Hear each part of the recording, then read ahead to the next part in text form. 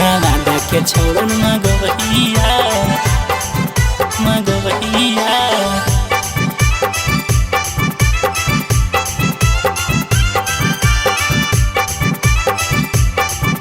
रजौली के छोड़न मगवैया।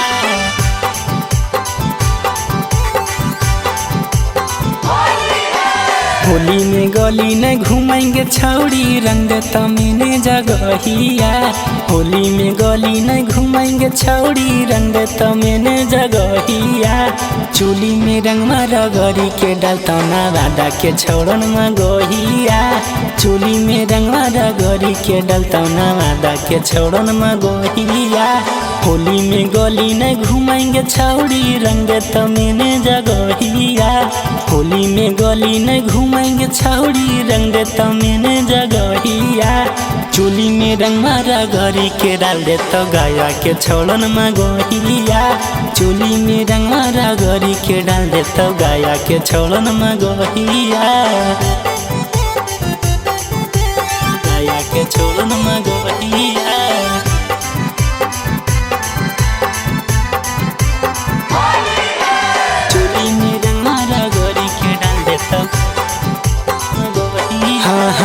लहंगा के लाल रंग से देत पूरा तोर भिंजाई गे पूरा तोर भिंजाई हे गे। डाल तो बोई गना मनवा कर तो छौड़ी माई माई गे।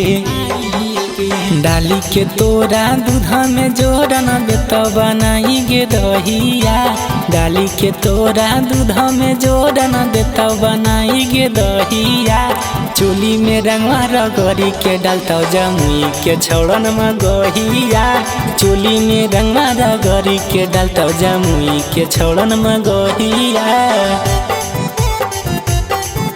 जमुई के छोड़न मगहिया।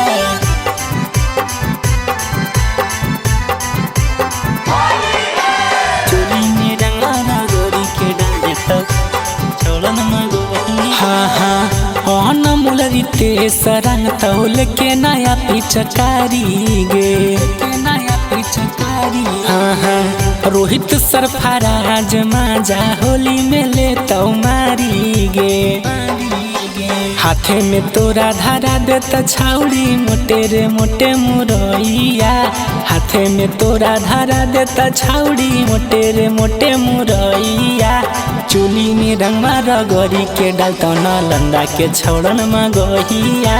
चूली में रंगवा रगड़ी के डालता नालंदा के छोड़न मगहिया। होली में गली न घूमेंगे छौड़ी रंग तमीने जगहिया। होली में गली न घूमेंगे छौड़ी रंग तमीने जगहिया। चूली में रंगवा रगड़ी के डालता रजौली के छोड़न मगहिया। चूली में रंगवा रगड़ी के डालता रजौली के छोड़न मगहिया।